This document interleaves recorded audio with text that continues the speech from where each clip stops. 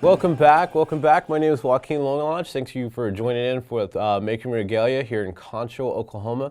Many hosts to all the people who have been tuning in. I've got a lot of good response. I want to continue doing these shows. So if you have any input, if you want me to do a different style of dress, or if you have any ideas that you want to cover, just let me know. Today, what we're going to do is we're going to dabble into jingle dresses.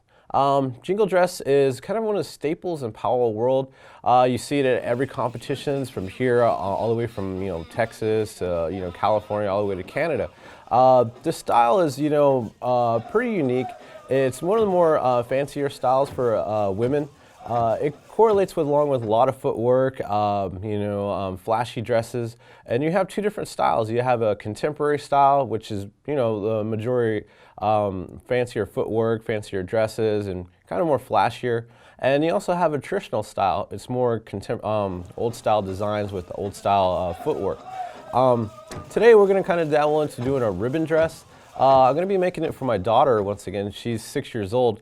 But going through it, we're going to do some measurements. I'm going to show you how to measure and how to correlate that into going into making the dress. The story that I've heard from the dress is it originated from the Ojibwe tribe long time ago. And the story that I've heard is that there was a girl in the tribe that was kind of sick. And for many months, they couldn't figure out what her ailment was. And at one point, her father had this vision to create this jingle dress. And when he was having this vision, it was told to him that to create this dress, to use Copenhagen lids. And these Copenhagen lids would actually layer the bottom of the dress all over it. And because it contain tobacco, which is a healing medicine in our native people. And so what he did is he created this dress, and once he finished the dress, he gave it to his daughter to wear. And once she started dancing, whatever ailment that she had, she was cured from it.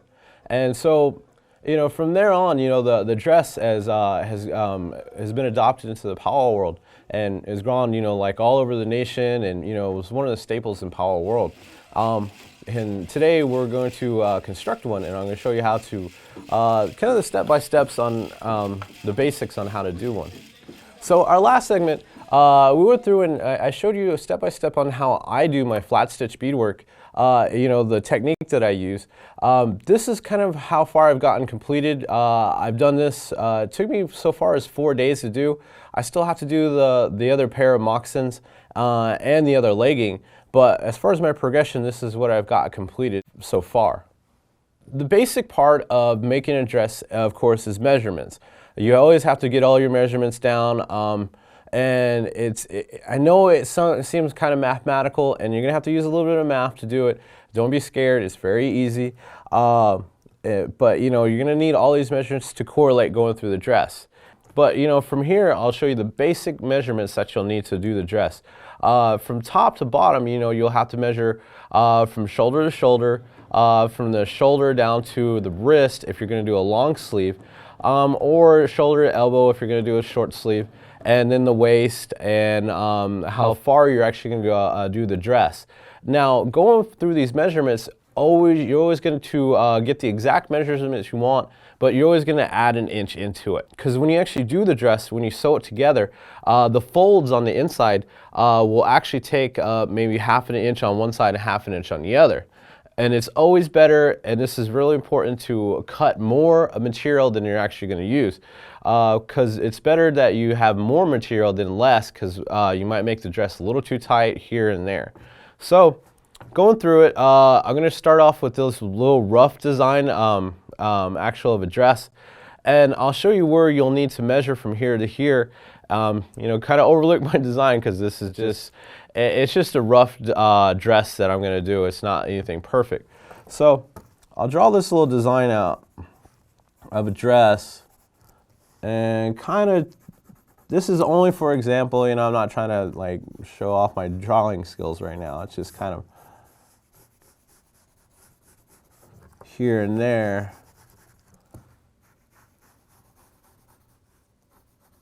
So there, we got a woman's dress. And of course, your dress isn't going to look this kind of crazy. It's not going to look this flat. I'm only doing this just for example to show you which parts you'll need to measure. First of all, when I say shoulder to shoulder, I mean like shoulder from the point right here on both your shoulders. So what we'll do is measure here for one, and then the length, we'll do another from here. There. Now, when you do dresses, always understand that you kind of want to do maybe another 3 inches in length, because a lot of girls, when they do jingle dresses, they'll actually wear a belt here. And once you do a belt, it actually pulls the dress up. So always measure the dress longer than you actually should, because once you said, like once you put the belt in, it takes up a little bit. So you measure here and here. And then, you'll actually decide, it's up to you and whoever you're doing the dress for to do a short sleeve or a long sleeve. So you'll measure there to there, and then you'll measure the waist from here. So you have another design from here to there. And at the bottom, you'll have another design. Now, I know this seems complicated, but once you do this a couple times, it'll be more comfortable to you. So being that my daughter is 6 years old, she's not gigantic or anything like that, but the cool part is that, once I show you how to do this, it correlates with making actual adult dresses too. So knowing my daughter's size, like at the bottom, I'm going to do about 19 inches here. And then from here, I'm actually, like I said, I'm going to correlate an idea of her wearing her belt, so it's going to take it up a little bit. And, she's not really that tall, she's not dunking basketballs or anything just yet, but we're going to go 33 inches here. And then, let's see, I believe the short sleeve, we're going to do 12 inches here. So from there to there, 12 inches, and that's actually going to be a long sleeve for her. The other part that you're going to do is an armpit cut. This armpit cut, you're going to do on both sides. This is kind of complicated, but don't worry about it. It's very simple. I'll walk you through it. Since we're going to actually fold the material around, you're going to use the radius of this. And to make it a little bit comfortable, I'm actually going to cut this right here on the first panel of the shirt at 7 inches. So the armpit cut will be 7 inches. Now when I do the sleeve, I'll actually have to double this. So it'll be 15, it'll be 14, but we're gonna add another inch. So it'll be 15 in length. So this armpit cut will be 15. And so I'll show you that. So the armpit will be 15, but when we sew the seam in here and wrap it around here, it'll come out congruently to 14. I know this sounds mathematically crazy, but just work with me.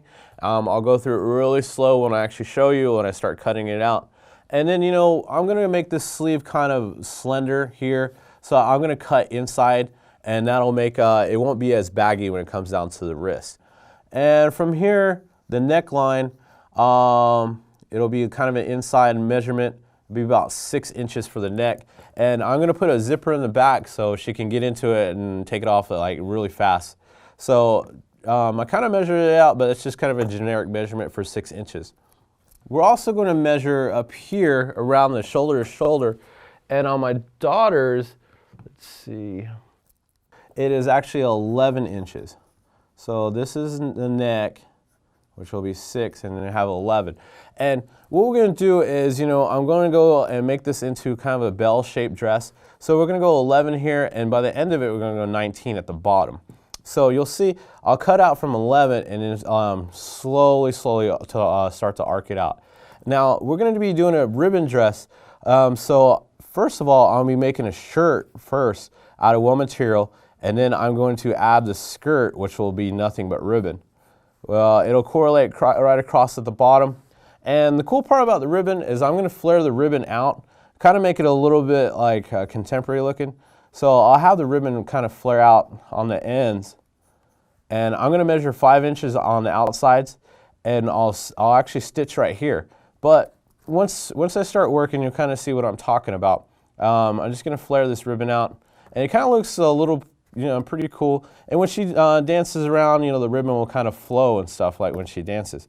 So this is kind of my rough sketch of how the dress is going to look with my measurements, and we're going to take this and go from there.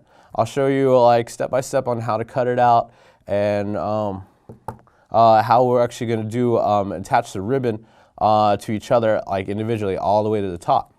So let's get started with the material. So here we're going to do the top part of the dress. We're going to make a shirt. And then what I'm going to do is I'll attach the bottom of the dress to the shirt. This right here, very basic. If you look, I've actually got this folded twice. So I have the front panel of the shirt and I also have the back panel of the shirt. And once I cut it, at least I'll have two pieces that are identical to each other. Now, I've done shirts for a while, I've done shirts for like some of my bigger bros. And I've got one guy, he weighs like 300-some pounds.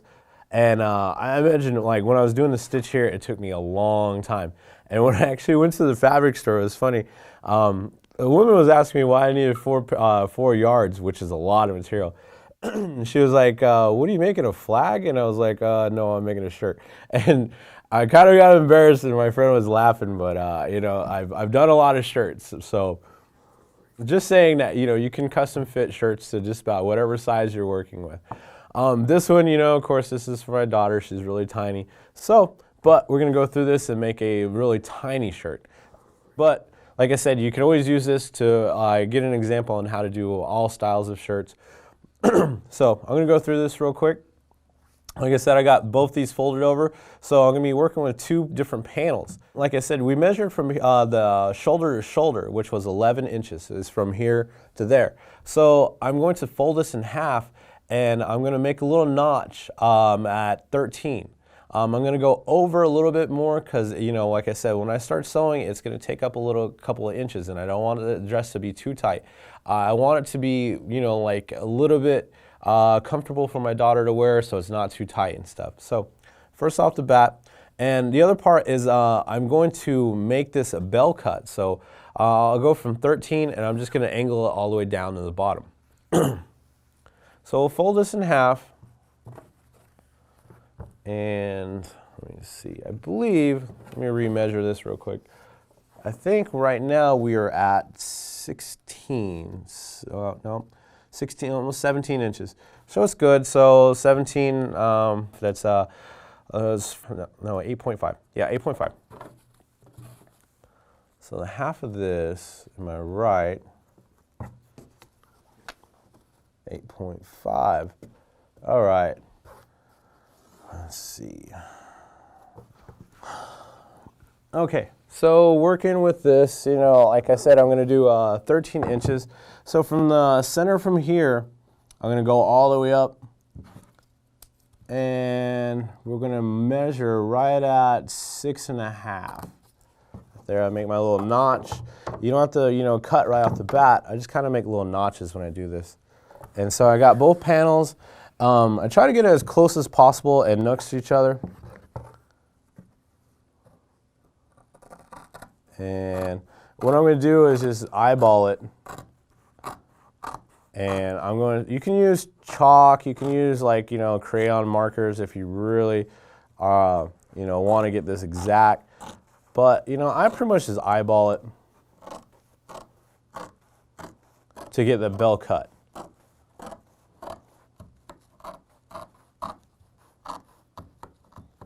Ah, come on. It's like I gotta go back to Walmart, get another pair of scissors. All right, so there's my first cut. Very simple. If you fold this out, it looks kind of at an angle. So we kind of got the bell cut already. Now from the top, what I like to do is I always like to make kind of an angle cut here on the shoulder. That will kind of, because if you, anatomically speaking, your shoulders are kind of at an angle. So what I'll do is I'll cut off maybe about 2 inches and angle it. So we'll go, since she's small, I'll go about 1.5 inches. But usually on adult shirts, I'll go 3 with my angle. So all I'm going to do is make an angle cut from here straight to the center.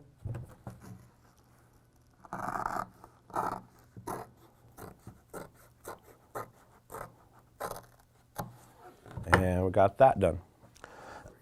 Now what we're going to do is we're going to do an armpit cut from here to there. Like I said, going through our drawing, we're going to go down 7 inches. That'll give her a lot of room to work with her arm. So we'll go 7 inches here, and 7. Make your little notch cut.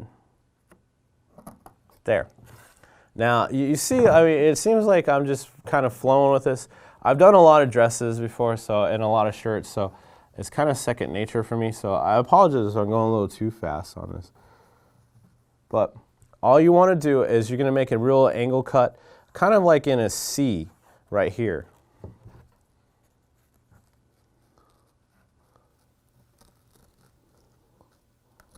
And this will be kind of like the armpit and like the your sleeve. When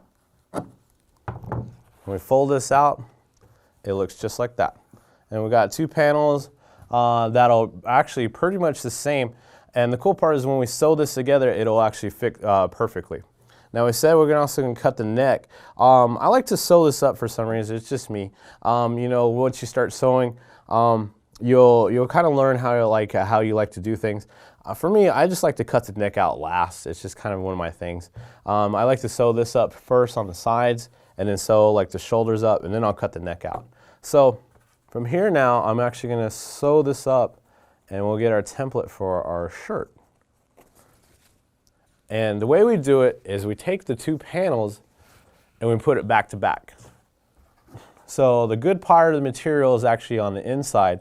And like I said, you know, once you start doing your measurements and stuff, always measure more than your actual measurements. Because when I said, you know, you're going to take this and fold this material in, this will take in about an inch here, an inch to like a half an inch, depending on how far you're fold in. So we're just going to do that there, so there, so there, and fold this in.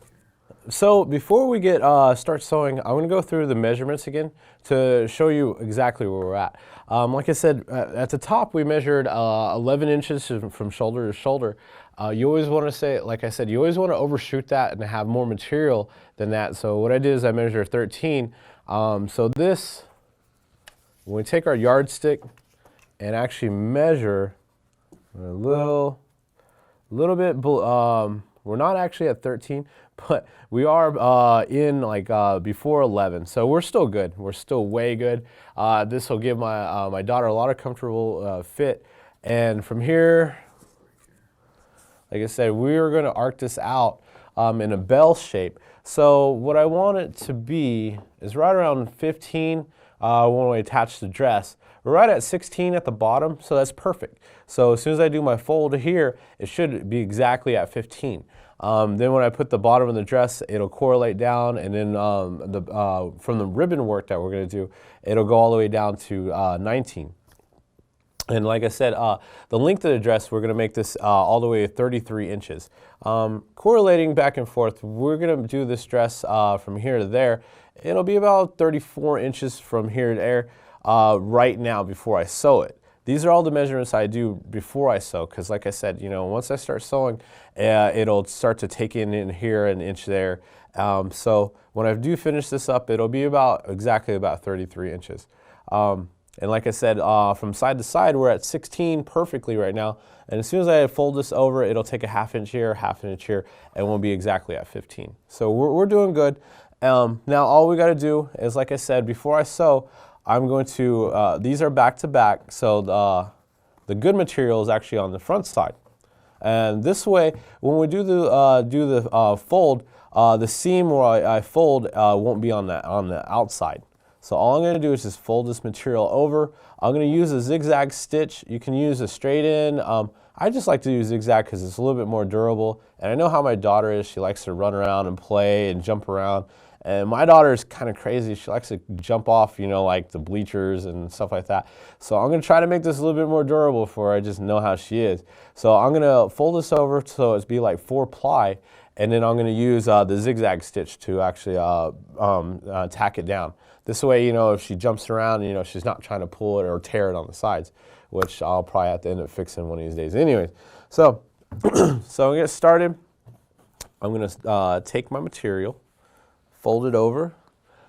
Now, another thing that you're going to be working with when you work with your sewing machine is if you work with black material, it's kind of the norm to work, if you're going to do the inseam, use a black thread or a correlating color, because if you use something like white thread or a red thread, what happens is sometimes when they start to move around, it starts to pull the seam.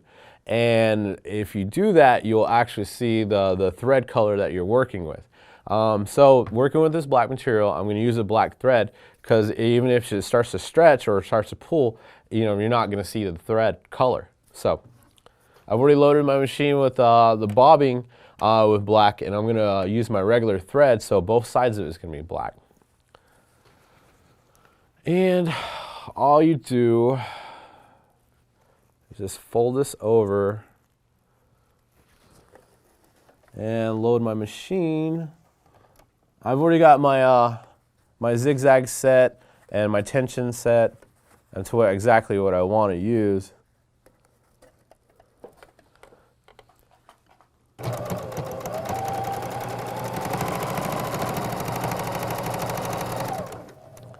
And all you've got to do is just fold this over and hold it down while you sew.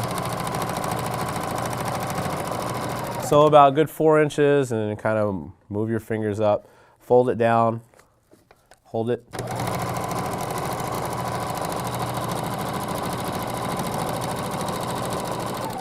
Now, if your material is a little bit hard to work with, you can always take your iron and iron your fold. And that should help you out a lot. This material, like I said, I've always liked working with this material because it's very, it works very well for me to fold and stuff like that. But there are some materials out there that, it's going to be kind of a pain to continue holding your fingers down when you sew. So you can, just fold it over, sew, iron it one time, and you'll have that fold. But this material here I work with is pretty easy to work with. I can just hold it on my own. So I'm folding it over again. And I'm just going to do the same thing as I did on the other side.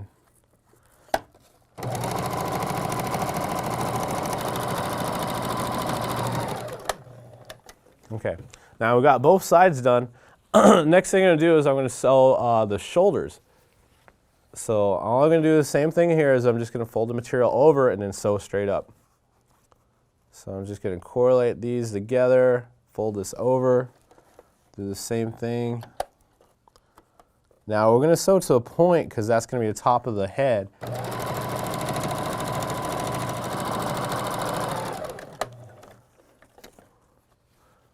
And fold over again for the other part. Now, you don't have to get this exact. Sometimes the material is going to move around when you do this. But, when you sew, you can kind of manipulate the material back and forth.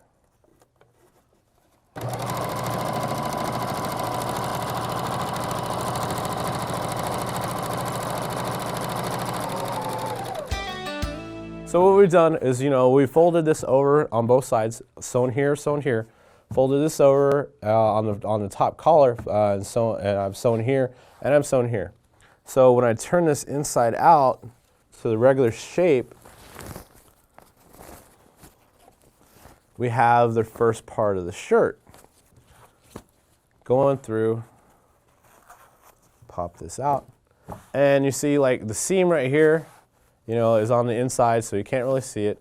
Even if it stretches, like I said, we use the black thread, so if I stretch it, you're not going to see this, the seam itself. So we got the first part of the shirt done. Next thing I'm going to do is I'm going to cut the neck out, and then I'm going to add the sleeves.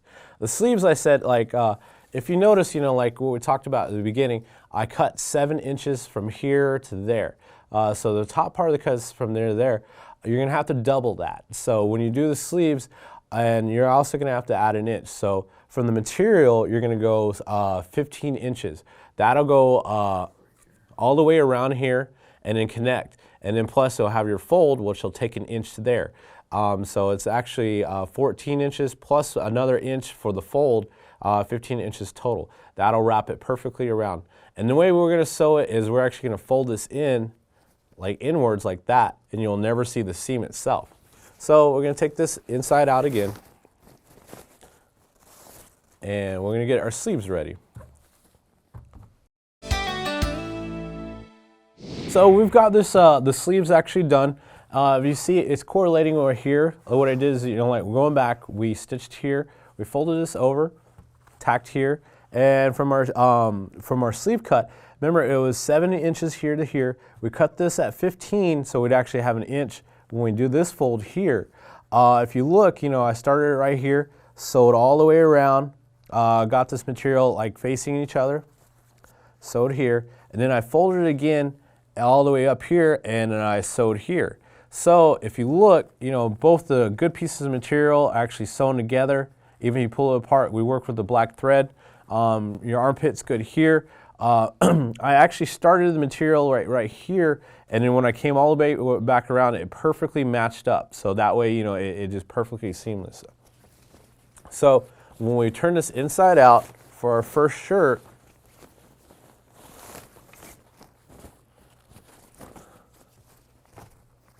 and here's our finished product. Well, not totally finished. We're still got to do a lot more work to do. But you see, it's got the outline of a good shirt. It's got the angle for the shoulders. Your armpits are good. Everything else is good. We got our bell shape. If I measure this, I think we're perfectly at 15 at the bottom. But our shirt is almost done. I thought about, doing long sleeves, and right at the end of it, I'm actually going to add ribbon. So I cut these a little short because I'm going to actually add ribbon to the very sleeves of it. But right now, this is our beginning shirt. When we come back, we're going to correlate on how I'm going to attach the bottom of the dress, the ribbon skirt, and I'm actually going to do a little bit more work and show you how to attach ribbon to the sleeves too. That'll be our next segment. So thanks again for tuning in with Making Regalia with Juaquin Lonelodge here in Concho, Oklahoma. Many aloha to all our viewers out here. Like I said, you can go back and see our past videos at catv47.com. If you missed anything, or if you want to brush up on something, that's where all the television shows are hosted. So thanks again for tuning in. Ha-ho. Thank you.